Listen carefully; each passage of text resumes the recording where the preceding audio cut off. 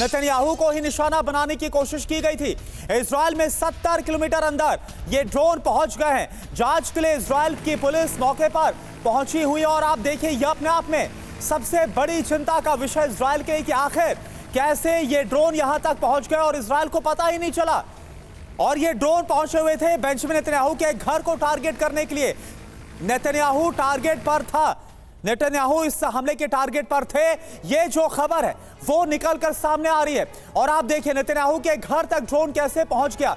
70 kilometre दूर से उड़कर आया, लेबनान से सीधा इन ड्रोन्स ने उड़ान भरी है। इजरायली डिफेंस सिस्टम ड्रोन को पकड़ने में फेल साबित हुए, नाकाम रहे। ड्रोन हमले के वक्त सुरक्षा अलार्म भी नहीं बजे, कोई एयर रेड सायरन नहीं बजा। अलार्म सक्रिय न होने से इजरायली नागरिक बंकरों में नहीं जा सके।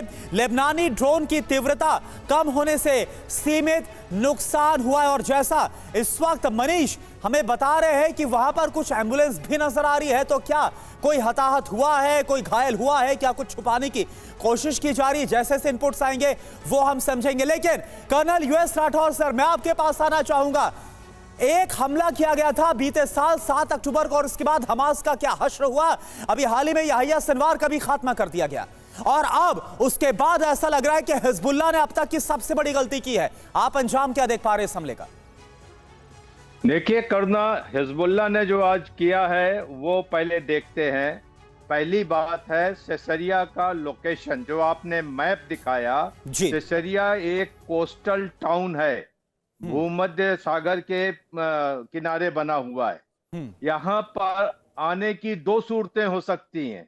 अभी तक इजराइल को यही पता था कि सदर्न लेबनान से जो रॉकेट दागे जाते हैं वो इजराइल में गिरते हैं। उनके सारे एयर डिफेंस सिस्टम जो है उत्तर की तरफ मुंह करके रखते हैं। ये लगता है ये ड्रोन थोड़ा ज्यादा सोफिस्टिकेटेड था। इसमें इनर्शियल नेविगेशन सिस्टम या जीपीएस सिस्टम है और ये समुद्र के रास्ते से आया है, समुद्र की तरफ से आया है। जैसे आप कह रहे हैं कुल 70 किलोमीटर की दूरी है, तो अगर उसे जिगजैग कोई रूट दिया जाएगा तो समुद्र से आया है, इसलिए उसने इजरायली एयर डिफेंस को डिफीट किया है। दूसरी चीज हो सकती है कि इजरायली एयर डिफेंस को सारी हाई ट्रेजेक्टरी के रॉकेट्स या ड्रोन्स को डील करने की आदत पड़ी हुई है। हो सकता है ये लो ट्रेजेक्टरी से आया है, इसलिए ये इस बार इजरायली एयर डिफेंस को और आईडीएफ को सबक सिखा गया कि हम अंदर आ सकते हैं। इस तरीके से उसने एयर डिफेंस को डिफीट किया है। बात रही कि अब इससे हिजबुल्लाह ने एक और अपने लिए मुसीबत मोल ले ली है या इजराइल को भड़का दिया है। इजराइल के साथ वो तो चल ही रहा है और इजराइल इससे नरम नहीं पड़ेगा, वाकई और उग्र रूप लेगा। लेकिन ड्रोन टेक्नोलॉजी बहुत फास्ट चेंजिंग टेक्नोलॉजी है और इसमें ईरान का पूरा हाथ है, क्योंकि ये एक सोफिस्टिकेटेड ड्रोन था जो था जीपीएस बिल्कुल। और यूएस राठौर सर, जो काम रॉकेट और मिसाइल नहीं कर पा रहे क्योंकि सभी को मार गिराया जा रहा है इजराइल की तरफ से, वो काम कहीं ना कहीं जो ड्रोन है वो करते हुए नजर भी आ रहे हैं। इस बीच एक और बड़ी खबर, नेतन्याहू के घर पर हमले पर आईडीएफ का बयान आया है। नेतन्याहू के घर से ही टकराया है ड्रोन। जो कहा जा रहा था कि घर के पास किसी इमारत से टकराया, लेकिन आईडीएफ ये कंफर्म कर रहा है कि नेतन्याहू के घर से ही टकराया है ड्रोन। ये बड़ी खबर आप देखिए, परिवार से कोई भी घर पर मौजूद नहीं था, हमले में कोई घायल नहीं हुआ है। ये आप देखिए, यानी कि अगर घर पे कोई होता तो आप समझ सकते थे कि क्या हो सकता था, आप इसका अंदाजा लगा सकते। लेकिन गनीमत यह रही कि उस वक्त कोई भी घर पर मौजूद नहीं था, ना ही बेंजामिन नेतन्याहू वहां पर मौजूद थे और ना ही बेंजामिन नेतन्याहू के परिवार से कोई भी घर पर मौजूद था। यह आईडीएफ की तरफ से कंफर्म किया गया और बिल्कुल ठीक है नेतन्याहू, ये बताया गया है अपडेट के तौर पर। तो निशाने पर नेतन्याहू थे, घर तक पहुंच गया हिजबुल्लाह। पूरी खबर आप जानिए। इजराइल के सेसरिया इलाके में बड़ा ड्रोन हमला होता है, लेबनान सीमा पार करके कुछ ड्रोन पहुंच जाते हैं, 3 की संख्या बताई जा रही है। सेसरिया में पीएम बेंजामिन नेतन्याहू का पुश्तैनी घर है।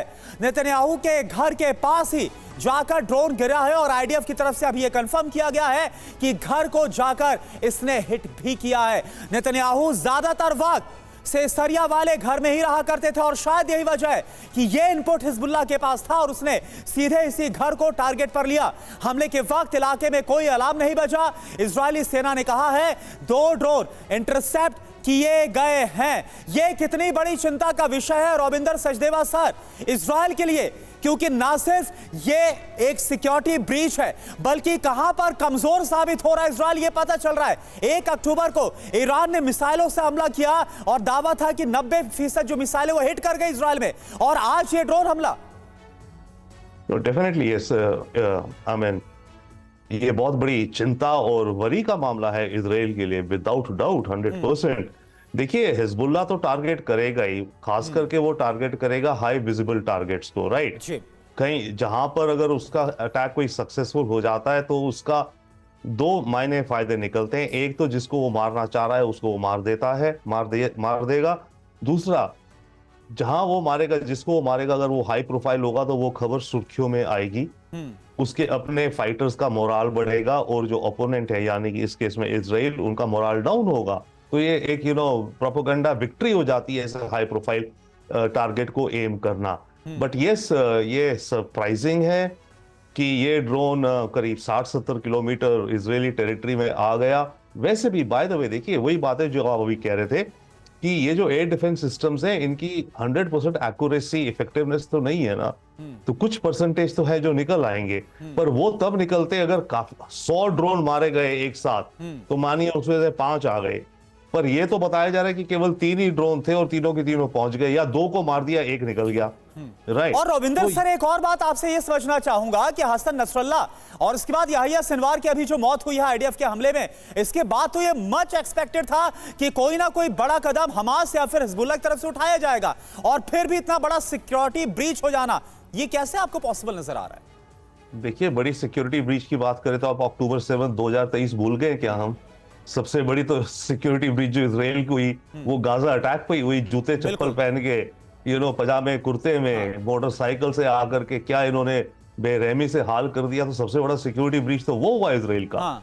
सारी टेक्नोलॉजी के रहते धरते दुनिया की सुपर इलेक्ट्रॉनिक पावर एटसेट्रा।